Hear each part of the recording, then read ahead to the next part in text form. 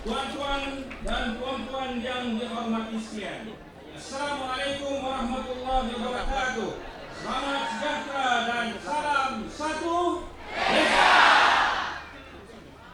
Bersyukur kita kepada Allah Subhanahu wa taala karena pada malam ini kita akan sama-sama mendengar ceramah umum yang akan disampaikan oleh Yang Amat Berbahagia Tun Dr. Mahathir bin Mohamad, mantan Perdana Menteri Malaysia. Sebelum itu, marilah kita sama-sama berdoa kepada Allah Subhanahu wa taala agar majlis yang berlangsung mendapat keberkatan dan kerahmatan daripadanya. Al-Fatihah.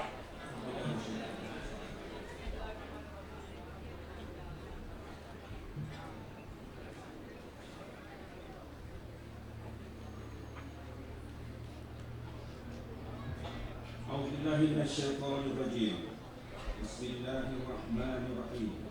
Alhamdulillahirabbil alamin wassalatu wassalamu ala asyrafil anbiya'i wal mursalin wa ala alihi wa sahbihi ajma'in. Ya Allah, kami memohon perkenan daripada-Mu agar dielokkan agama di pegangan urusan hidup kami. Dunia yang menjadi tempat sementara hidup kami, akhirat yang menjadi tempat kami akan dikembalikan. Jadikanlah hidup ini untuk menambahkan kebaikan dan mati kami untuk merehatkan dari segala keburukan. Ya Aziz, Ya Azim, jadikanlah majlis ceramah umum bersama Tun Dr. Mahathir bin Mohamad, mantan Perdana Menteri Malaysia, yang berlangsung di IDM Taman Metropolitan Putrajaya dengan lancar dan mencapai matlamat seperti mana yang direncanakan. Ya Allah, ya Tuhan kami, perbaikikanlah diri kami antara kami, jinakkanlah antara hati kami, tunjukkanlah kami jalan yang selamat, selamatkan kami dari kegelapan kepada yang terang, jauhkan kami daripada perbuatan keji, baik yang nampak maupun yang tersembunyi. Ya Allah, limpahkan keberkatan kepada kami, pendengaran dan penglihatan kami, para isteri dan anak-anak kami, sahabat handai dan rakan kawan kami, serta pemimpin kami yang telah banyak berjasa kepada kami. Ya Allah, kami mohon limpah kurnia dan ihsan-Mu. Anugerahkanlah kami ilmu yang bermanfaat, hati yang khusyuk, amalan yang Engkau terima, rezeki yang luas, jalan yang lurus yang Engkau redai.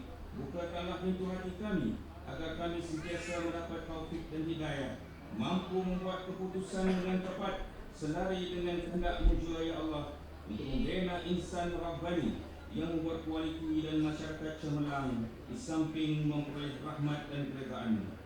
Ya Allah, kami memohon kepada-Mu kebaikan, sama ada yang kami telah tahu atau yang belum tahu. Kurniakanlah kami nikmat dan rahmat yang berpanjangan, tubuh badan yang sehat, akal fikiran yang sejahtera, semangat yang membara bagi melangsungkan perjuangan yang masih belum selesai. Kami memohon kepada-Mu ya Allah, dengan hati yang ikhlas, berilah kemenangan besar kepada Barisan Nasional untuk terus membantu negara dan meneruskan transformasi negara menjelang tahun 2020.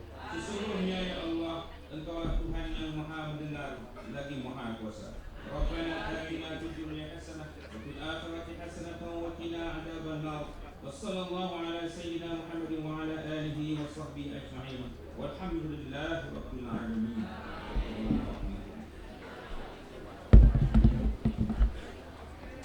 Seterusnya majlis dengan segala cita-citanya menjemput calon Barisan Nasional P125 Putrajaya untuk silakan termasuk menyampaikan ucapan aluan beliau. Dengan segala hormatnya dipersilakan. Bismillahirrahmanirrahim. Allahumma salli ala Sayyidina Muhammad wa ala ali Sayyidina Muhammad kama sallaita ala Ibrahim wa ala ali Ibrahim. Saudara pengacara majlis yang saya hormati dan saya kasihi, Yang Amat Berbahagia Tun Dr. Mahathir Mohamad, pengasas Putrajaya, pembina Putrajaya, yang dulu orang nak jual. Yang Amat Berbahagia Tun Siti Hasmah, kawan-kawan saya yang lain, tuan-tuan, puan-puan pengundi semua, Assalamualaikum warahmatullahi wabarakatuh. Salam sejahtera, Salam satu. Satu. Satu. Sokong. Sokong. Sokong. Terima kasih. Yang bagi itu Dr. Mahathir, pertama sekali bagi pihak Barisan Nasional Putrajaya, kami mengucapkan terima kasih kerana telah menerima undangan kami untuk yang amat berbahagia datang bercakap dengan pengundi-pengundi kami di sini. Untuk makluman yang amat berbahagia Tun, ada lagi satu tempat lagi, buat perbankan, dia juga buat himpunan, tetapi himpunan dia import orang. Dalam tenda ini 80% pengundi Barisan Nasional. Ini bedanya Tun. Mereka datang sini bawa satu keadaan yang kita di Putrajaya tak pernah alami. Mereka bawa samseng-samseng. Mereka buat macam-macam. Kotorkan surau, kotorkan masjid, barang sampah mengata-kata yang apa kita. Saya akan cukup dah tak? Sekali lagi saya bagi pihak Barisan Nasional Putrajaya mengucapkan terima kasih yang berbahagia Tun. Untuk makluman para hadirin sekalian, lepas yang berbahagia Tun berucap, kita ada lagi seorang penceramah, Ustaz Rujahan, yang dibawa, Al-Fadhil Rujahan, yang dibawa daripada Kelantan untuk terangkan masalah PAS ni.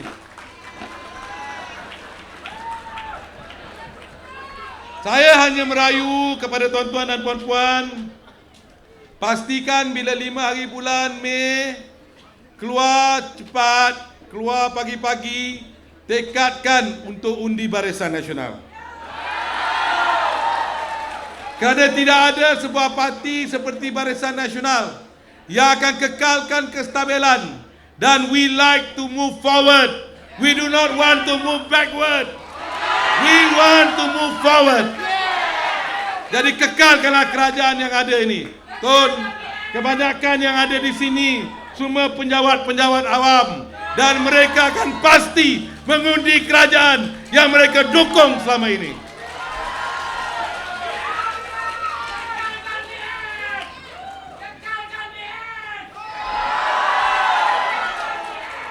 Tegaslah pengundi-pengundi saya, percayalah bahawa kita akan membawa satu transformasi. Kita tak perlu tukar, kita tak perlu ubah. Yang puak-puak sana tu gila kuasa, yang puak-puak sana tu nak sebut satu tun ada tak boleh sebut. Cukup lah. Ginilah, saya tak nak cakap panjang.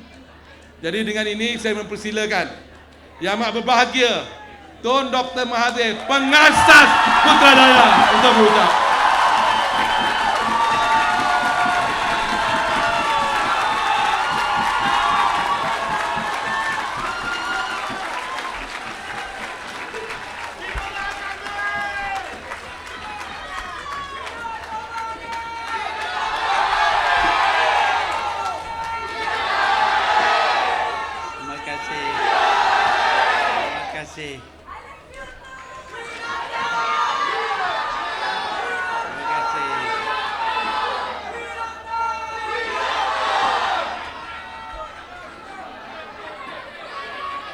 Bismillahirrahmanirrahim.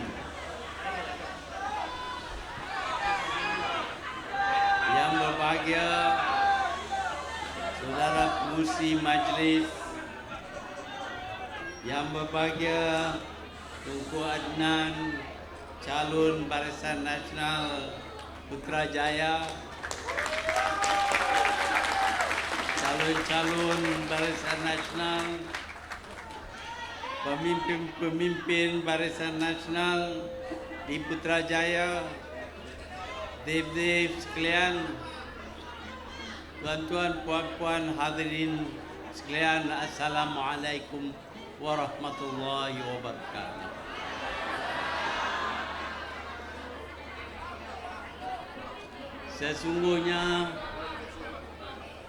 Sesungguhnya saya amat sedih kerana pada pagi semalam seorang pegawai yang bekerja kuat, yang tidak korup, telah ditembak mati oleh pengganas upahan saya percaya. Saya dalam keadaan kita gembira hari ini, saya cuma nak minta supaya kita hadiahkan Fatihah kepada Allahyarham yang telah menjalankan tugasnya dengan begitu cemerlang sehingga menyebabkan musuh-musuh negara membunuhnya. Al-Fatihah.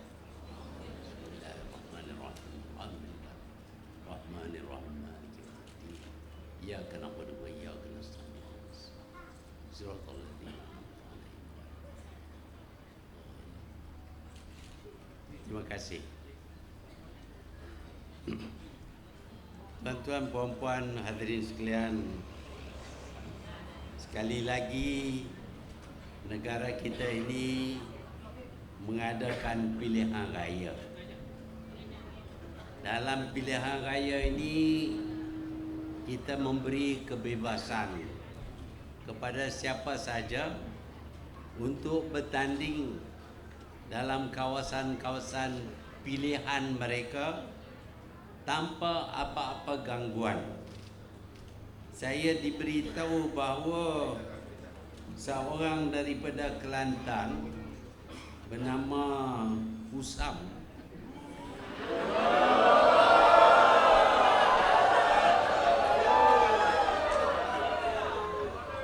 datang ke sini untuk bertanding. Saya diberitahu juga bahawa semalam pemimpin PAS Ni Aziz datang ke sini.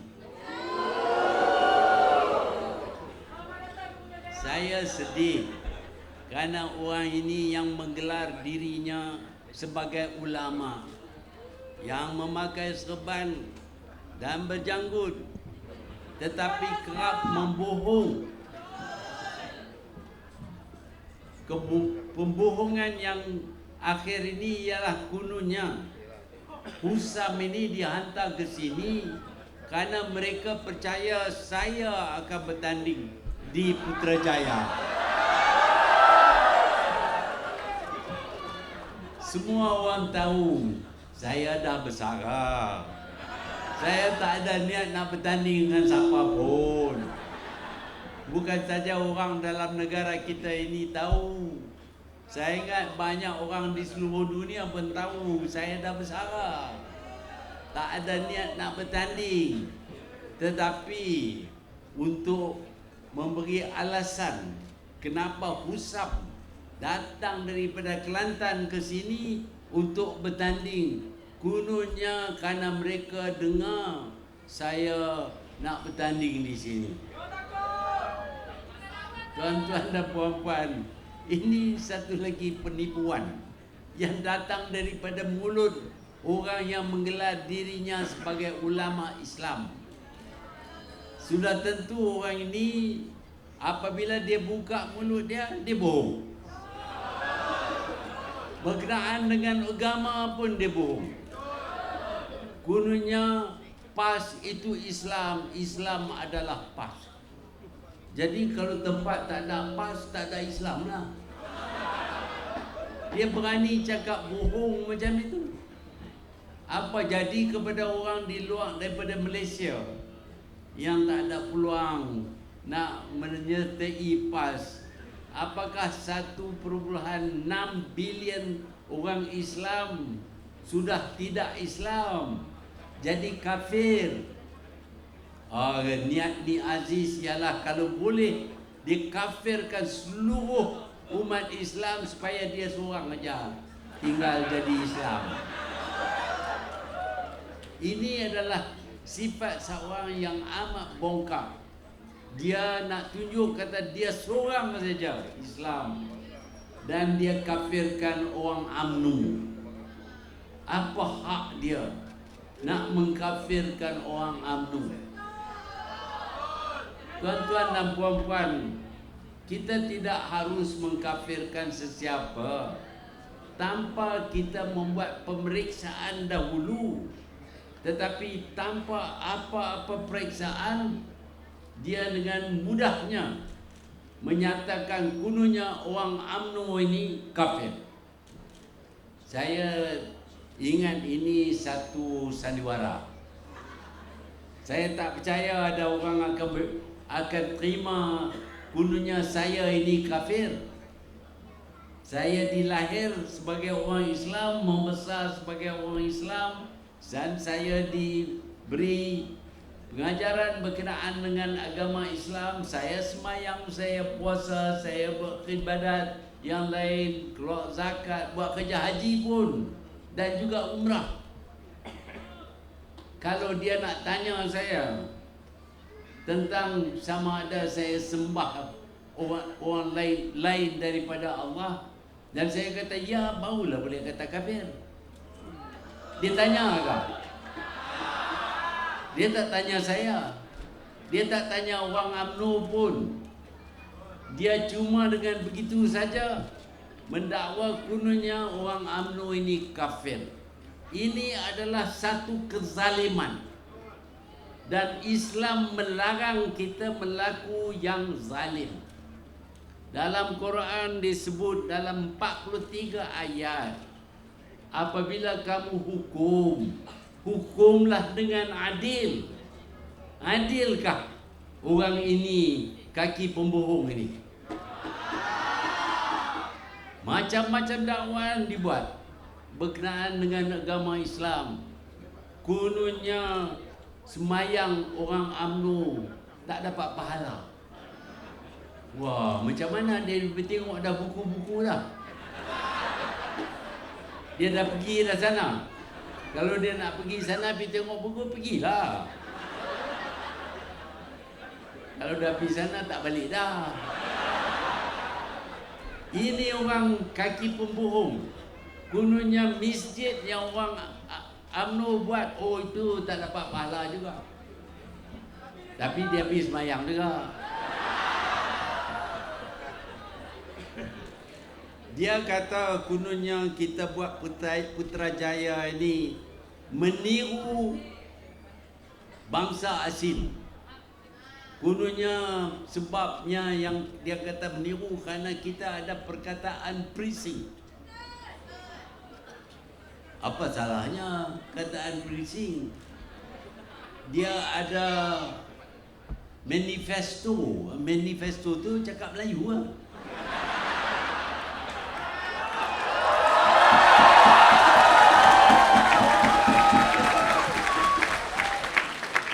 Dia tak tiru orang asing. Sebab tu di Kelantan jalan-jalan tak ada tar.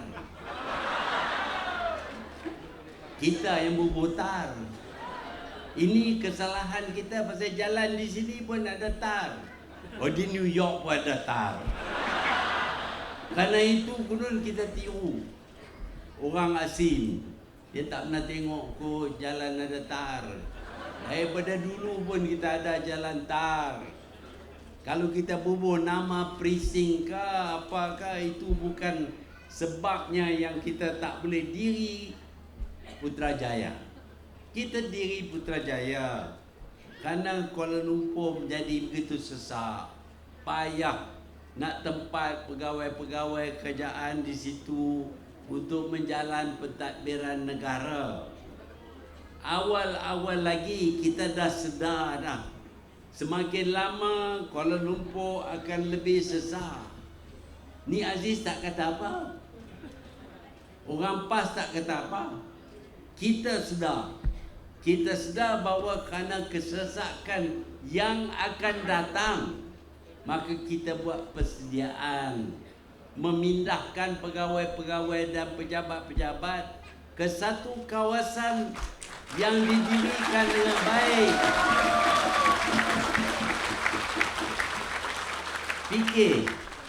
Fikirkan kalau tak ada Putrajaya, Kuala Lumpur tak boleh bergerak. Tak boleh. Sekarang ini pun dah traffic jam hari-hari. Saya pun lekat dengan traffic jam.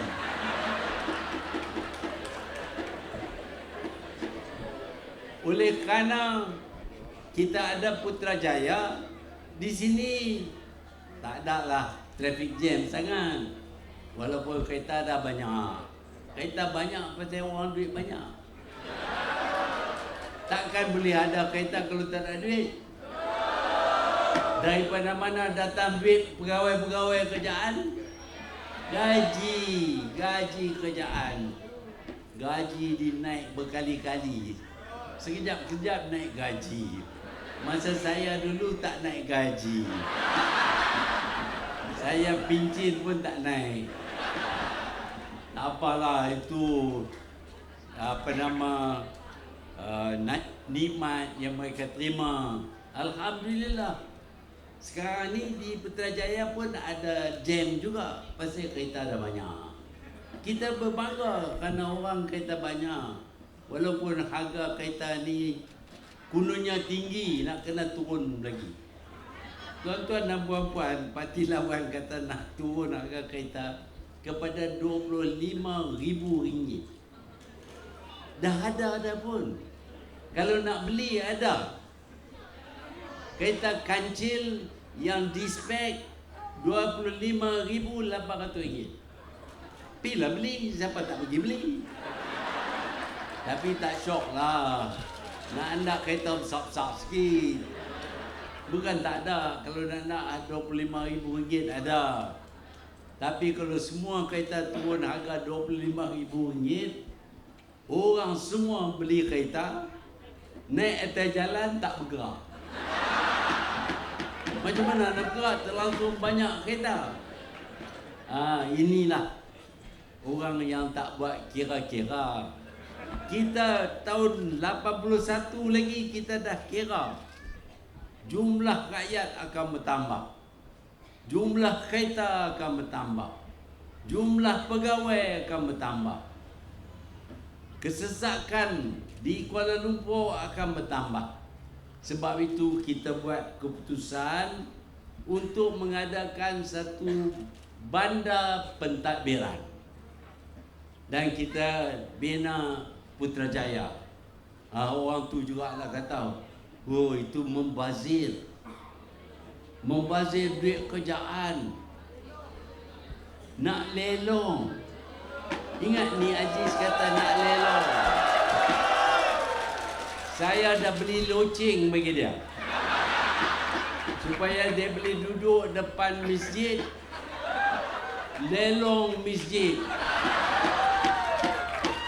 Masjid bentuknya cukup sesuai untuk shopping kompleks. Lelong lah. Tapi lah ni tak mau lelong.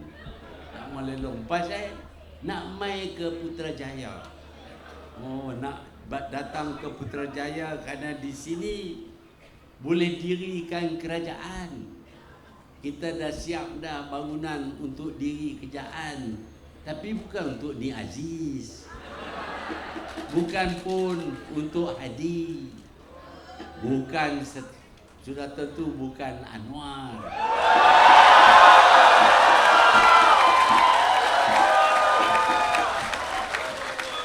Saya, Anwar dah tak ada modal. Baru ni buat ucapan minta supaya saya mati. Inilah kempen parti PKR. Guru nak minta supaya saya mati cepat-cepat. Yang itu bukan kuasa dia, itu kuasa Tuhan. Apalah dia nak niat buruk dia boleh niatlah macam mana. Tapi yang menentukan bukan Anwar Ibrahim. Dia boleh pergi ke mahkamah berkali minta supaya saya mati cepat. Tuan-tuan dan puan-puan, sebenarnya Putrajaya ini bukan satu pembaziran. Dia adalah satu kemudahan untuk sebuah negara yang kian maju.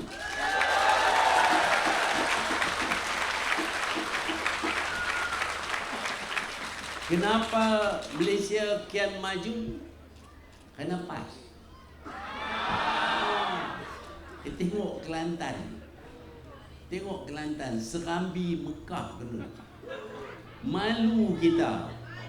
Airnya pun tak boleh minum, tak boleh basuh mulut pun. Inikah Serambi Mekah? Janganlah jatuhkan nama Mekah dengan berkata Kelantan ini adalah Serambi Mekah. Sebenarnya ramai daripada orang Arab, orang Islam datang ke Malaysia kerana mereka telah dengar bahawa Malaysia ini sudah maju. Mereka anggap Malaysia ini adalah negara contoh bagi negara-negara Islam di dunia.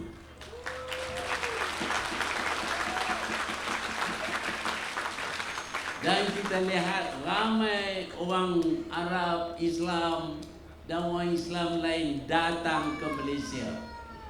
Apakah mereka pergi ke Kelantan?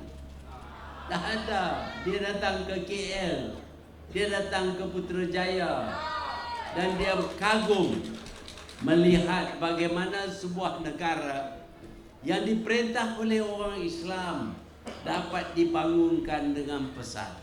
Bukan Kelantan.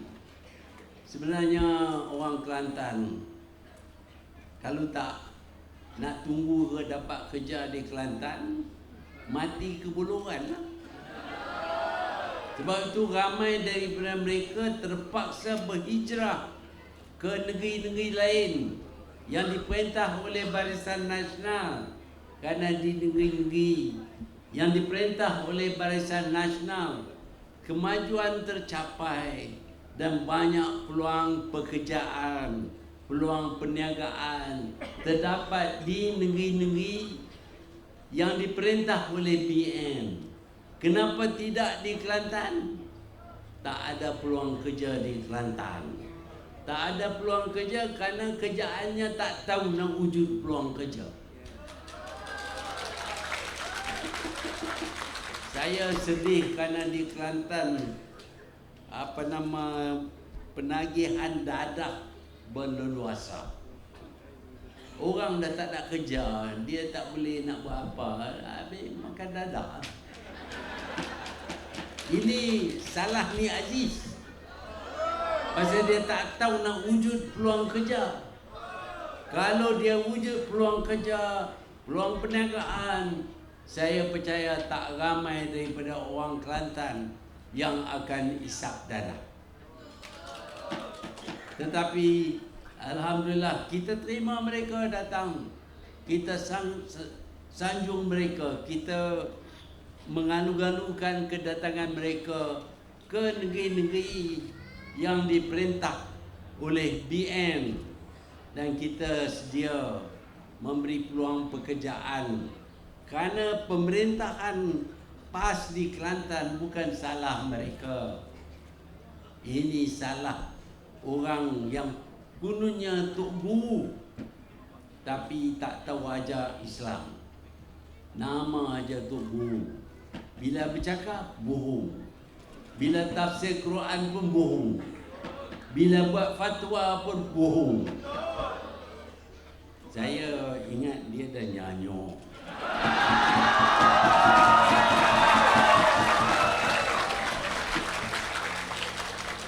Saya ni umur 87. Dah tua dah. Kalau tengok ni nampak tua orang. Berapa kali jatuh tadi? Ini dah umur 82. Nak berdiri pun dah tak boleh. Masih nak bertanding lagi. Sampai bila-bila? Apa jenis manusia ini? Sungguh kita tukar. Tukarlah diri kau dulu.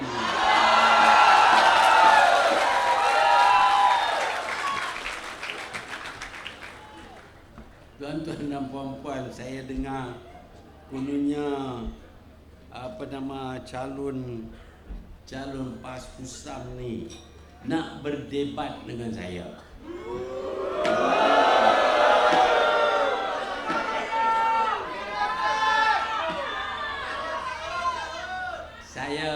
pergi ke Kuala Kedah.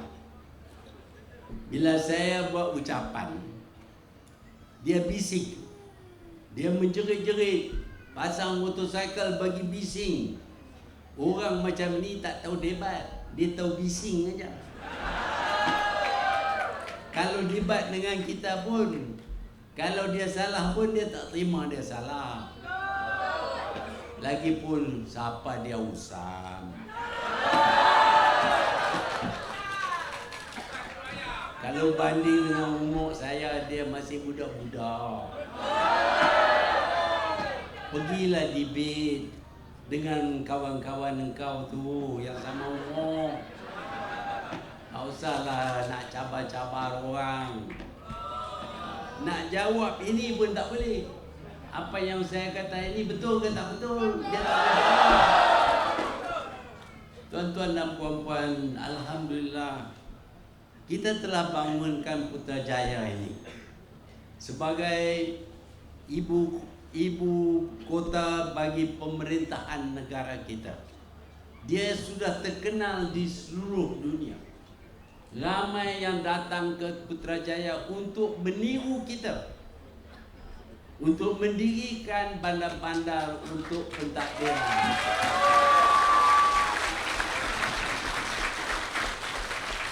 Bukan kita tiru orang, orang tiru kita.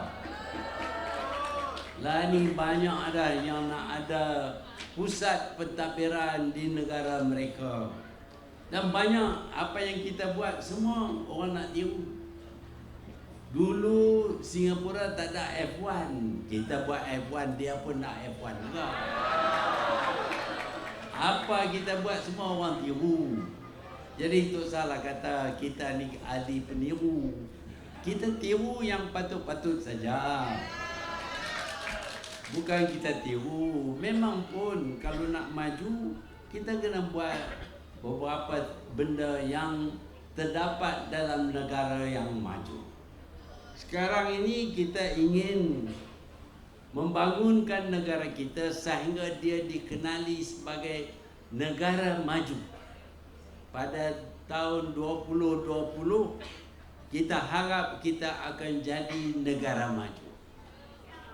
Tetapi sebenarnya di Lembah Kelang ini kita sudah pun maju.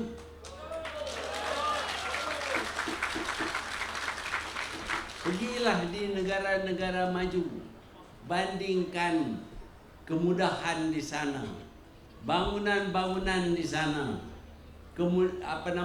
jalan dan macam-macam lagi infrastruktur di negara-negara maju.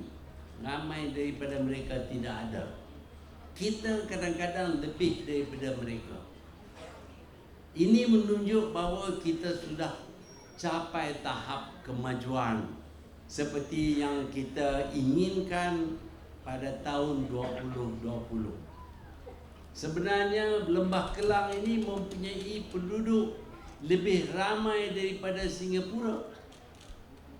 Kalau tak ada bekalan air yang cukup, ini kerana kerajaan Selangor, bukan kita. Kita dapati bahawa di negara-negara lain ramai yang turut apa yang kita lakukan. Bila kita ada 5 pertunjukan aerial dan maritim di Langkawi, lepas itu semua buat. Tirulah dia, tiru Malaysia. Kita tak tiru orang sangat. Tapi kalau kita buat jalan, macam mana nak buat jalan beza dengan orang lain? Kalau nak berbeza jangan pakai tar. Berbeza lah. Jalan simen pun kita buat juga. Jadi ini bukan soal tiru. Sebenarnya Kelantan nak tiru kita, tapi tak mampu. Inilah keadaan mereka ini yang hari ini besar niat untuk sampai ke Putrajaya, nak jadi kerajaan federal ini. Cubalah perintah Kelantan dulu baik-baik. Lepas itu barulah ada angan-angan nak takbir negara ini. Ini pentadbiran di Kelantan pun kucang kacir. Kita bagi 5 tahun perintah Kedah, tak ada apa pun yang berlaku di Kedah. Cakap ada lah, cakap ada, tapi buat tak ada. Tak tahu nak buat pun. Lepas itu berkelahi sama mereka juga. Ada orang mereka nak jatuhkan pemimpin mereka pasal berebut nak jadi menteri besar. Itulah mereka. Sekarang ini mereka gunanya ada pakatan. Apa dianya pakatan? Pakatan bukan satu gabungan ataupun satu badan campuran, kerajaan campuran. Pakatan ini siapa pun boleh ada pakat. Kadang-kadang pakat nak curi ayam pun pakat juga. Inilah pakatan. Satu jenis kerjasama untuk membuat sesuatu jenayah. Inilah pakatan. Bila tengok BN menang pilihan raya kerana kita bekerjasama dengan parti-parti komponen kita, mereka pun nak buat semacam itu. Tapi mereka tak boleh. Kita lihat bagaimana mereka tidak pun dapat persetujuan. Pada mulanya yang buat pakatan ini ialah Datuk Seri Anwar Ibrahim. Dia buat pakatan ini kerana dia nak jadi Perdana Menteri. Penipu besar. Tetapi sekarang ni Hadi pun teringin juga nak jadi Perdana Menteri. Tak boleh. Anwar ini kaki tipu.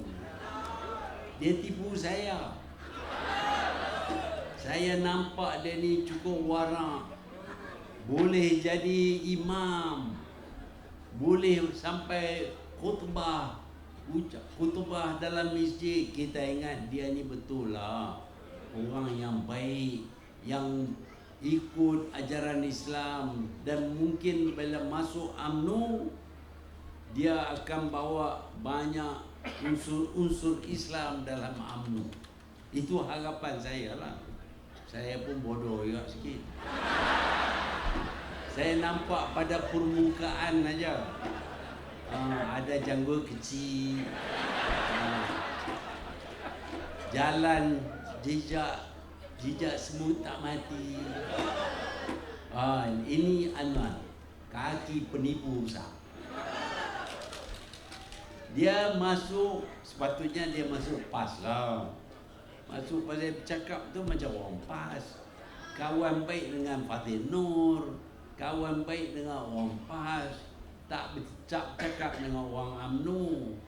Pada tahun 1982, tiba-tiba saya dapat maklumat Anwar nak masuk UMNO. Saya pun berasa gembira juga. Orang ini yang itu warak, yang boleh buat khutbah dan boleh jadi imam, nak masuk UMNO, baguslah. Saya pun terima. 5 tahun, 10 tahun kemudian barulah saya sedar. Kalau dia masuk PAS, tak mungkin nak jadi Perdana Menteri. Pasal PAS tak pernah pun ada sekok Perdana Menteri pun. Yang biasa ada Perdana Menteri ialah UMNO. Jadi kalau masuk PAS tak ada lah can. Masuk UMNO. Pura-pura kononnya nak, kerana dia percaya kepada perjuangan UMNO. Saya pun kagum dengan orang ini. Cakap cukup baik. Lepas tu bila masuk saja UMNO, bagi tahu kat saya nak jadi ketua pemuda. Saya ingat tak apa juga lah, dia patutlah jadi ketua pemuda. Saya suruh Haji Suhaimi bagilah tempat dekat Anwar. Haji Suhaimi kata, not on your life. Haji Suhaimi tak akan undur nak bagi tempat kepada Anwar. Saya pun sokong Anwar supaya dia menang, kalahkan Haji Suhaimi. Dan untuk 30 tahun Haji Suhaimi tak cakap dengan saya. Inilah korban saya nak bagi orang ini jadi ketua pemuda. Lepas saja jadi ketua pemuda, nak jadi naib presiden. Saya kata, Anwar, you ketua pemuda dan naib presiden lah. Apa nak jadi naib presiden lagi? Oh, itu naib presiden secara kebetulan. Saya nak bertanding jadi naib presiden. Saya pun kata tak apalah. Dan dia bertanding, dia menang. Lepas tu dia nak jadi timbalan presiden. Saya kata kepada Anwar, kita tak pernah cabar timbalan presiden selagi dia ada. Kalau dia sudah tidak ada, bolehlah bertanding nak jadi timbalan. Tapi dia lawan dengan Cik Ghaffar yang pada masa itu menjadi timbalan presiden. Cik Ghaffar ini terkenal, terutamanya di Sabah. Dialah yang menubuhkan UMNO Sabah. Orang Sabah, semua bahagian-bahagian UMNO di Sabah sokong Cik Ghaffar. Tetapi yang saya heran, cuma satu saja bahagian yang mencalonkan Cik Ghaffar, yang lain semua calon Anwar Ibrahim. Saya terkejut, macam mana boleh orang Sabah yang sayang kepada Cik Ghaffar tiba-tiba calon Anwar Ibrahim. Dia calon pasal ada duit sikit. Inilah politik Anwar, politik duit. Beli semua orang. Yalah, kadang-kadang setengah orang tu dia lemah sikit. Bila dia nampak duit warna hijau tu, payah sikit nak tolak. Dengan itu maka Anwar dicalonkan oleh banyak bahagian-bahagian UMNO, sehingga tak mungkin Cik Ghaffar menang. Cik Ghaffar pun tarik diri. Dan ni anak dia Tamrin, kata saya rosakkan UMNO. Yang rosak ni Anwar Ibrahim dan Tamrin sendiri.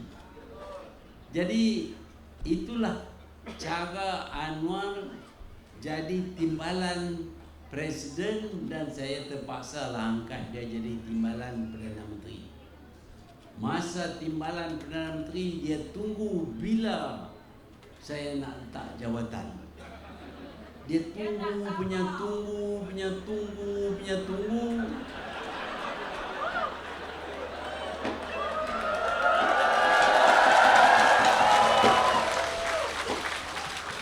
Katalah kot dia minta supaya saya sakit. Memanglah saya sakit. Pergi belah dada, orang buat apa dia buat dengan jantung saya pun tak tahu. Tapi selepas belah dada saya balik, nampak sihat. Anwar kata, orang ni bila dia nak pergi? Dia duduk tunggu saya pergi. Kerana saya tak pergi, tak letak jawatan, dia cucuk kawan-kawan dia dalam UMNO supaya memburukkan saya. Kononnya saya ini terlibat dengan rasuah, saya ada kroni macam-macam. Tapi dia sendiri tak. Dia sendiri tak kata apa. Suruh orang dia kata. Saya kata tak apalah, kalau dia nak ambil lah. Saya nak berhenti ke mana pun. Tetapi kita dapati bahawa selain daripada niat nak jadi Perdana Menteri, dia ada niat yang lain juga. Niat yang kita tak boleh terima lah. Kerja-kerja kotor macam ni, busuk, macam mana boleh buat?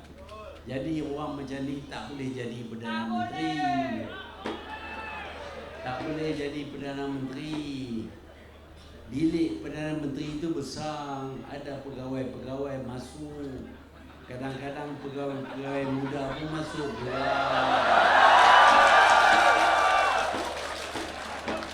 Saya takut kalau dia jadi Perdana Menteri, apa jadi kepada pegawai.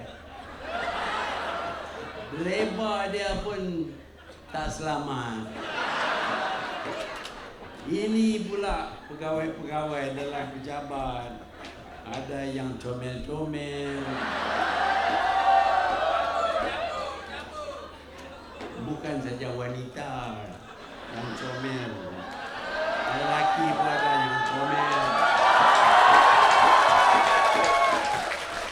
Kalau dia jadi Perdana Menteri, saya tak tahulah apa yang nak jadi. Habis rosak. Sebab tu saya akan tanya kawan-kawan saya dalam UMNO, apa nak buat dengan orang ini? Mereka kata buang. Itulah sebabnya saya buang. Bukan pasal dia nak tunggu saya bersara, ataupun saya mati, ataupun saya sakit teruk. Bukan kerana tu. Kerana dia buat kerja kotor. Kita tak boleh terima manusia yang semacam ini. Dia terpaksa disingkir daripada UMNO. Saya sendiri biasa disingkir oleh Tuku Abdul Rahman dahulu. Dan masa Pak Lah pun saya berhenti daripada UMNO. Tapi saya tak pernah tubuh satu parti lain untuk lawan dengan UMNO.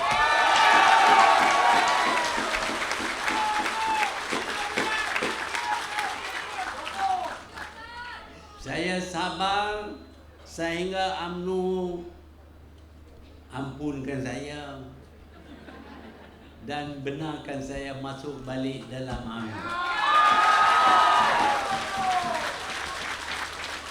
Ini manusia ni bila disingkir saja, buat parti keadilan pun. Pergi jumpa Yahudi apa semua, sokong dia. Inilah Anwar Ibrahim yang sekarang ni nak lihat saya mati. Tak apa, saya mana nak boleh hidup selama-lamanya. Saya akan matilah. Tak apalah yang tu. Tapi dia berdoa menggali, minta saya mati. Carilah jalan lain nak ganti tempat. Ada cara-cara lain. Ini niat tak baik semua. Inilah orangnya yang sekarang ni bercita-cita untuk nak jadi Perdana Menteri, yang menjadi pemimpin pakatan, yang melempar fitnah rahmah kepada orang semata-mata kerana ingin nak jadi Perdana Menteri. Tuan-tuan dan puan-puan, kalau kita nak jadi Perdana Menteri, kita tak usah tak berhempas pulas pun kita jadi Perdana Menteri. Mana kita tahu, Tuku Abdul Rahman sendiri tak tahu, kata dia nak jadi Perdana Menteri. Tiba-tiba dia dipilih jadi Presiden UMNO. Lepas itu UMNO berjuang untuk kemerdekaan. Bila merdeka, Tunku jadi Perdana Menteri. Bukan dia nak jadi Perdana Menteri sejak dia dilahir. Demikian juga Tun Razak, Tun Hussein. Saya pun tak ada harapan nak jadi Perdana Menteri. Fikirlah. Itu orang Kedah baliklah. Fikirkanlah.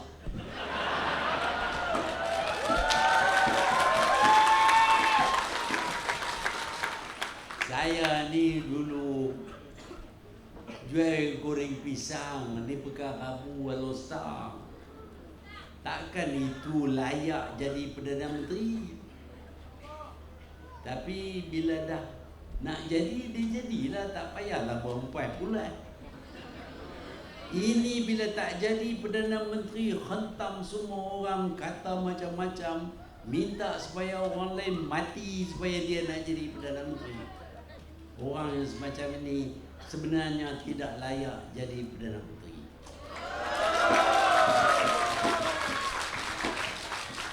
Masa dia jadi timbalan pun dah rosak banyak dah. sekarang ni aku dah ada niat nak jadi Perdana Menteri. Yalah, ini satu orang yang gila-gila nak jadi Perdana Menteri, masuk UMNO. Pasal dalam UMNO boleh jadi Perdana Menteri, tak masuk PAS. Bila dibuang daripada UMNO, tiba-tiba baik dengan PAS. Dengan DAP pun, kalau kita baca dalam surat khabar tentang apa yang dia kata kepada PAS dan DAP semasa dia ada dalam kerajaan, semuanya tak baik. Sekarang semuanya baik, berpeluk-peluk. Tapi jangan peluk kuat saya.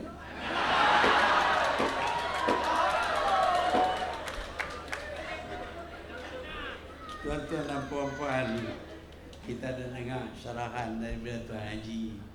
Saya datang di sini kerana saya biasa kerja di sini sebagai Perdana Menteri.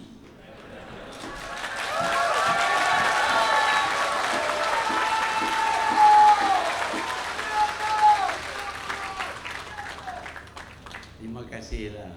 Bukan macam Anwar, dia kata mati tun.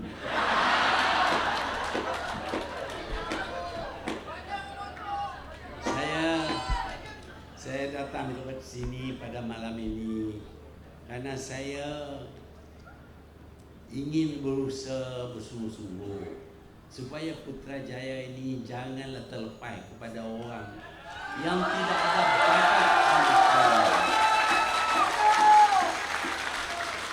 Nak jaga Kelantan, Kota Baru pun tak tahu nak mai sini nak jadi Perdana Menteri.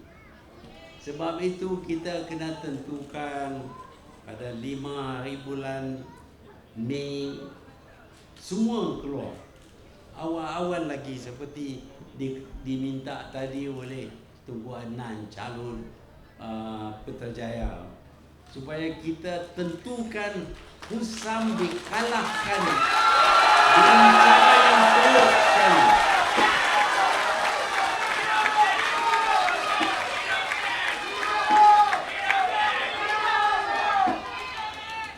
Apakah sumbangan Husam, apakah sumbangan Ni Aziz, apakah sumbangan PAS kepada Putrajaya? Orang baik buat elok-elok, baru nak balai. Kita tak boleh percaya kepada orang yang semacam ini. Balik pergi betulkan Kelantan.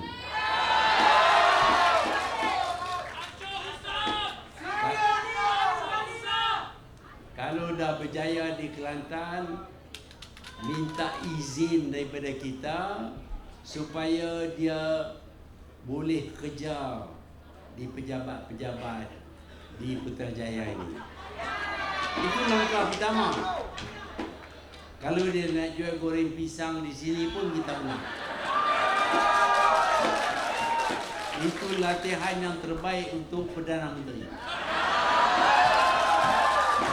Bagi tahu kepada dia bahawa ada Perdana Menteri yang mula belajar dengan goreng pisang.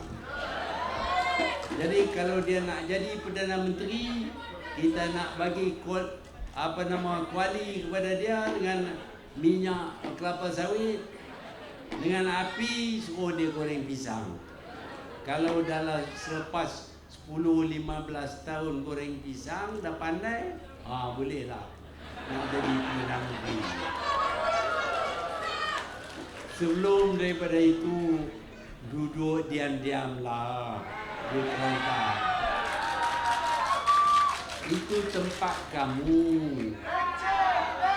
Betulkan dulu tempat kamu. Tiru prising-prising di Putrajaya ini.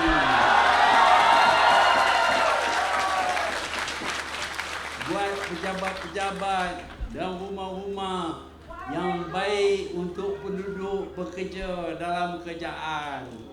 Selepas membuktikan kebolehan kamu, maka mintalah supaya diberi peluang untuk bekerja, bukan sebagai Perdana Menteri, bekerja di Putrajaya ini.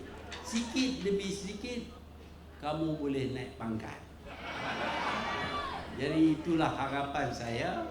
Tapi saya tahu bahawa penduduk Putrajaya ini yang rata-rata terdiri daripada pegawai-pegawai kerajaan akan tentukan Putrajaya kekal sebagai tempat di mana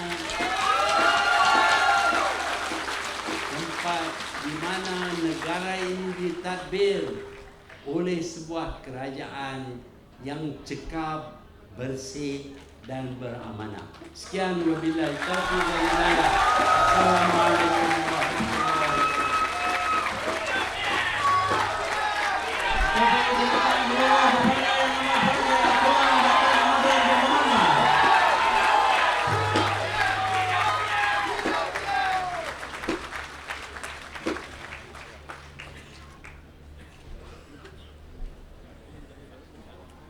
Dan seterusnya, majlis dengan segala sukacitanya menjemput ceramah kita yang kedua, yaitu Al-Fadhil Ustaz Rushan Haji Abdul Rahman dari Pelita. Beri tepukan kepada